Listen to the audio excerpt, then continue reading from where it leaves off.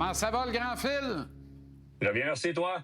Excellent. On commence par la fin. Le billet de saison. Ouais.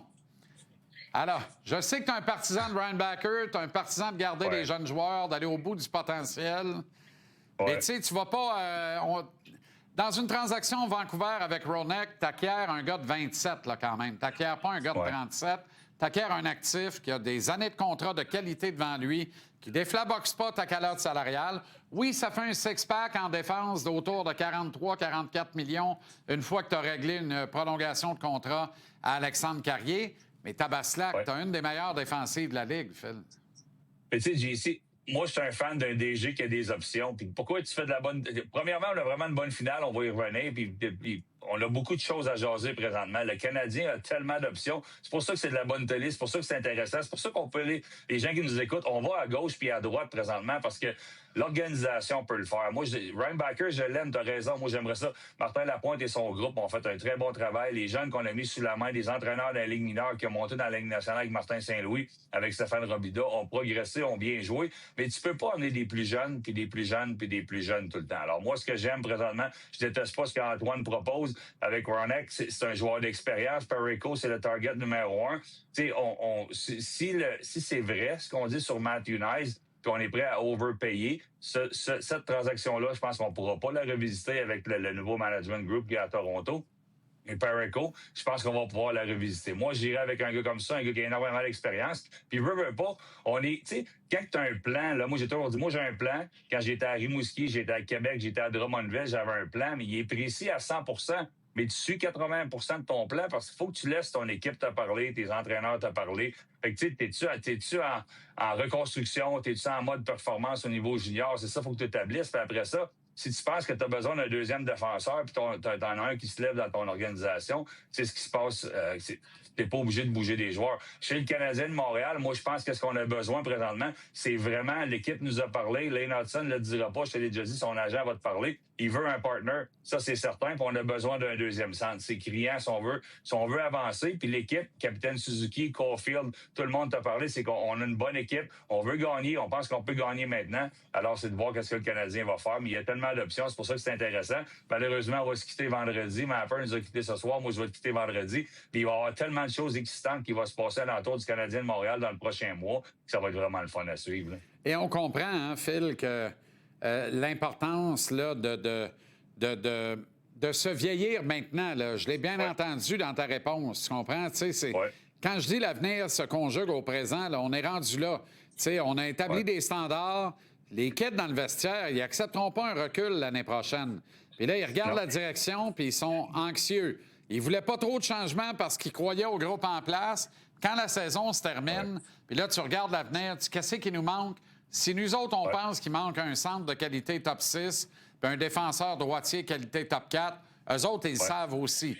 Fait que là, ils regardent Gorton News, ils disent « Let's go, les boys, allez nous chercher ça. » Il ne faut pas sous-estimer l'influence de l'entraîneur-chef qui dit « OK, moi, je vais avoir des vétérans, je vais me concentrer sur les jeunes, on va laisser des vétérans aller, puis on va emmener des jeunes, puis je vais parler des jeunes, je vais vous parler des jeunes, puis je vais encourager les jeunes, puis je vais passer le message. » Je suis un peu tanné d'entendre qu'on était une jeune équipe, mais c'est ce que le Canadien est et était. Alors, Martin Saint-Louis va vouloir, regarde, moi, j'ai fait ce que j'avais à faire. J'ai développé un groupe de joueurs qui est notre core group. Est-ce qu'on a besoin d'ajouter à ce groupe-là?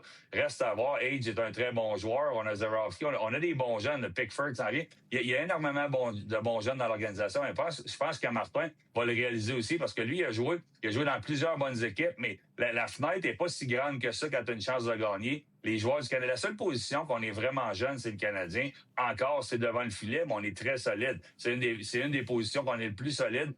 On fait l'envie de la Ligue nationale de ce côté-là. Alors moi, je pense vraiment, même si on pensait que la défensive était une force pour le Canadien, puis on avait des Mailloux, des Rainbackers, on voit où que Mailloux est rendu, on l'a bougé, ça nous a amené de la profondeur. Mais moi, je pense quand même qu'on est rendu à amener un défenseur d'élite chez le Canadien qui va tout solidifier le tout parce que nos pièces maîtresses sont là. Puis le deuxième centre, il est peut-être jeune, il est peut-être dans le collège américain. J'ai hâte de voir s'il est là, mais on va être capable de le convaincre. Puis moi, ce que j'ai peur, c'est que si on ne le met pas dans une transaction puis il ne signe pas avec le Canadien, on va le perdre pour rien. À l'inverse des joueurs au niveau de la CHL, qu'on a plus de facilité à signer. S'il décide de devenir agent libre, on le perd, ça va être une perte, une grosse perte pour le Canadien de Montréal. Mais-en. OK. Est-ce que tu es d'avis que le vent a viré de bord dans la finale de la Coupe Stanley avec la performance des Hurricanes hier? C'est pas tant les victoires que la manière, hein? Ben, tu le dis, c'est pas exactement. Tu sais, du côté de Las Vegas, on a un motivateur, un entraîneur qui est là, qui motive. Puis je regardais Dom Ducharme en passant, les cheveux blancs, là, il est encore plus blanc que moi, la barbe, là, c'est lui qui s'occupe des ajustements. Je pense que tu as eu un sourire, toi aussi, on l'a vu sur le banc. Il est très impliqué. C'est lui qui connaît les joueurs depuis longtemps, qui peut faire des ajustements, qui peut dire les bons mots. Tortorella arrive là, il apprend à connaître sur le fly les joueurs. Lui, c'est un motivateur. Du côté de la Caroline, on regarde Rob Brind'Amour, connaît ses joueurs par cœur. Ça fait longtemps qu'il est là. La seule chose qu'il peut pas faire, c'est demander à son gardien de but ou exiger à son gardien de but de faire des arrêts. C'est problématique présentement devant le filet pour les deux équipes, mais il peut ajuster son équipe. Il connaît ses joueurs. On est capable de faire des ajustements sur le fly en avantage numérique, en désavantage numérique. On a muselé les meilleurs joueurs du côté de Las Vegas. Nos vétérans jouent bien. On a faim. Que la Caroline est revenue. Moi, honnêtement, je pensais vraiment que le rouleau compresseur de Las Vegas allait continuer à rouler, que ça allait être un peu plus facile pour eux en finale. Présentement, j'ai un petit peu d'inquiétude pour ma mise que j'ai mis l'été passé sur Las Vegas. Mais bon, ça va être une longue série. C'est une belle série. C'est ce qu'on veut voir. Mapper en parlait tantôt. Tu sais, j'étais en entourage ici. On est dans un tournoi de golf sur 2 jours. Puis on devait être une quarantaine à l'entour de la télé hier soir à regarder ça, à avoir des commentaires. Puis excuse-moi, c'est des amis qui me parlaient pas de hockey auparavant. Le Canadien a vraiment incité tout le monde à écouter le hockey, à revenir du bon côté en parlant positif. Pour ceux qui regardent la finale présentement, on est vraiment choyés parce que c'est des équipes bien dirigées, bien montées, des vétérans qui ont soif de victoire de chaque côté. On est capable de s'ajuster. Beaucoup plus de buts que j'aimerais. Honnêtement, moi, j'étais habitué à des finales de 2-1, 3-2, puis j'aimais ça du hockey qui se jouait à 5 contre 5. Beaucoup plus de buts marqués que je pensais. Mais on a vraiment une série en le ventre présentement. C'est complètement hallucinant. Et Rob Brind'Amour, chaque fois qu'il parle, il parle avec les yeux brillants de Jordan Staal. C'est sûr, quand il se regarde dans le miroir en se rasant le matin, Brind'Amour, c'est Staal qui voit. Tu comprends? Ben, il connaissait son frère, il connaissait depuis longtemps. C'était le fun de voir l'entrevue que vous avez montré tantôt, Jordan. C'est un des seuls joueurs dans la Ligue nationale qui joue encore avec qui j'ai joué. Je pense qu'il avait 19 ou 20 ans quand il a gagné la Coupe Stanley. Il avait le même rôle exactement à 19 ans qu'il a présentement dans la Ligue nationale. Si tu te souviens, vous en avez parlé tantôt, là. Je vais prendre la balle au rebond un peu là-dessus, là, mais moi, après la deuxième ronde, je t'avais dit que, selon moi, si les Hurricanes avançaient, c'était mon choix pour le Conn Smythe parce qu'il est capable de tout faire. On se souvient ce qu'il a fait avec Tkachuk à la game numéro 1. Tu gagnes peut-être pas un Conn Smythe pour ça, mais c'est important, ça montre du leadership. Contre les Flyers, il a possiblement été le meilleur joueur sur la glace. Contre le Canadien, il était bon, il n'a rien fait d'exceptionnel, mais il était très bon. Très bon contre le premier trio du Canadien. Puis présentement, dur à dire que... Souvent, c'est un gardien de but qui va avoir le Conn Smythe. On s'entend que ça n'arrivera pas cette année. Si ça va du côté de Vegas, ben Marner, je pense que c'est le candidat numéro 1. Puis du côté de la Caroline, parce qu'on a... Coven joue du gros hockey, marque beaucoup de buts importants.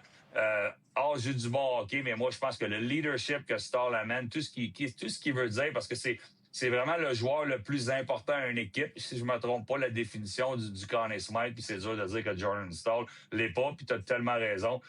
Brind'Amour, c'est le même genre de joueur. C'est des heart and soul guys. Ils veulent tout dire pour leur équipe. Le capitaine, quand il travaille comme ça, tu veux faire comme lui. C'est du leadership. C'est des gars qui sont venus au monde là-dedans dans le leadership, qui ont amené le club un petit peu partout à la victoire où il était. Brind'Amour le fait bien avec Staal. On verra s'ils sont capables d'aller chercher la victoire. C'est drôle, hein? On regardait Frédéric Anderson, puis on disait le ballon va crever. Ouais. On dit ça depuis le début des séries. C'était ce qui motivait les partisans du Canadien à l'aube de la finale de l'Est. Puis finalement, on n'a pas eu besoin d'Anderson pour se rendre là où on est. Ouais. Maintenant, on a eu besoin d'apporter un changement. Brind'Amour n'a pas hésité. D'ailleurs, tu n'as même pas habillé Anderson hier. Je comprends qu'on dise qu'il était blessé, mais il y a des gens très renseignés qui disent qu'il n'était pas blessé, qu'il était ce qu'on appelle dans le jargon LT scratch. Je pense pas qu'il y a bien des coéquipiers d'Anderson qui ont apprécié qu'il saque son camp dans la chambre, qu'il ne reste pas auprès d'eux autres au banc quand on l'a retiré du match dans la rencontre numéro 3. Fait qu'il n'y a plus de problème en Caroline. Tabaslac, on dirait que ça a viré de bord, ça aussi. Puis que le grave problème est entre les poteaux à Vegas. Si t'es à la place de Torts, tu réfléchis-tu à embarquer Hayden Hill dans la série?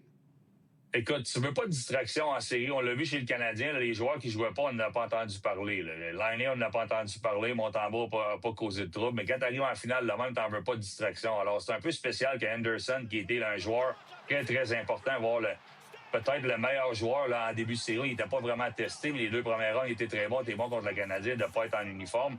Alors, Brind'Amour a bien géré ça. Du côté de Vegas, je ne le sais pas. La seule, tu sais, on parle de Kapanen. Le Kapanen à Montréal, là, il n'avait pas joué beaucoup de hockey. Il n'avait jamais joué autant de hockey que ça. Il était fatigué en fin de saison. Mais Carter Hart, pour des raisons on veut pas trop parler, là, il n'a pas joué beaucoup de hockey dans les dernières années. Est-ce qu'il est fatigué? Est-ce que c'est beaucoup de pression? Est-ce qu'il est au bout du rouleau? Est-ce qu'il pourra se relever? C'est des choses que l'entraîneur va avoir à analyser du côté de Las Vegas. Moi, je lui donnerais une chance encore. Il n'est pas exécrable, il n'est pas solide. Mais je pense qu'il peut faire la différence. Moi, je lui donnerais une chance encore. Mais la prochaine victoire va vraiment... si Vegas perd celle-là, ça va être extrêmement difficile pour eux. Puis il sera peut-être trop tard pour changer de gardien de but. Puis je sais pas. T'es pas là sans lui. Je pense que Tortorella, c'est un gars qui a confiance, qui donne confiance à ses joueurs, qui réalise ce que tu as fait puis qui va te donner la chance. Il n'a pas beaucoup changé son alignement depuis le début des séries. Fait que je pense pas qu'on va faire un changement de ce côté-là. Pour la 6e fois en 8 ans, Phil, et la 3e fois de suite, il y aura au moins 6 matchs sur une possibilité de 7 en grande finale de la Coupe Stanley. C'est terminé les balayages puis les gains en 5, puis ça fait du bien. Ouais. Ben écoute, c'est ce qu'on veut voir, hein, un Super Bowl là, qui est one-way, c'est pas vraiment le fun, même si c'est juste une match, un match, excuse-moi, mais une série, une finale qui se gagne en 4, c'est pas le fun non plus. Puis c'est vrai que par moment, l'Est était vraiment dominant, puis après ça bouge dans l'Ouest. Mais quand tu arrives en finale, il y a tellement de parité dans la Ligue nationale présentement que tu veux voir une bonne finale. C'est bon pour tout le monde, c'est bon pour les joueurs, c'est bon pour la Ligue.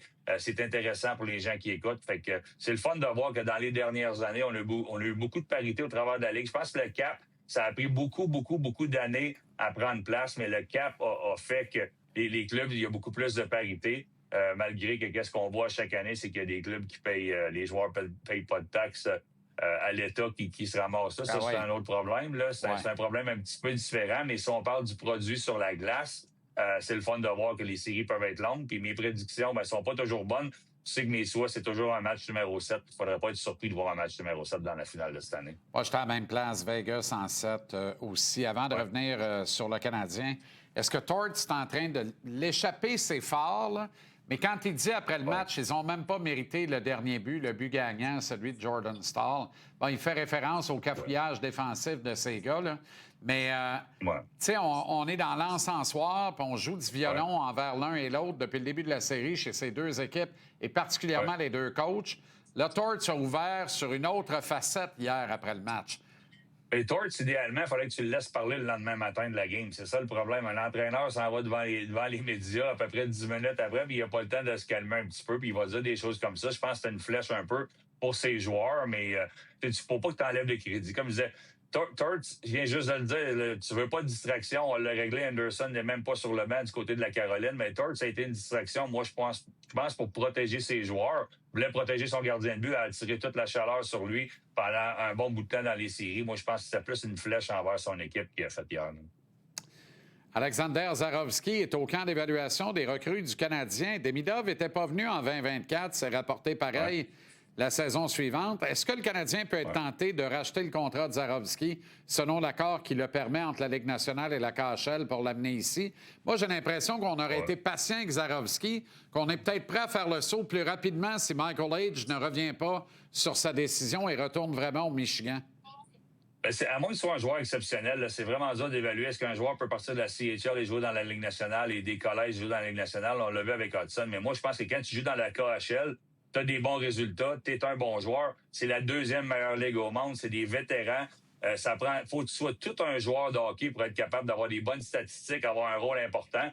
Moi, si je suis le Canadien de Montréal, c'est sûr que je veux l'amener le plus rapidement possible. Puis le scénario est parfait.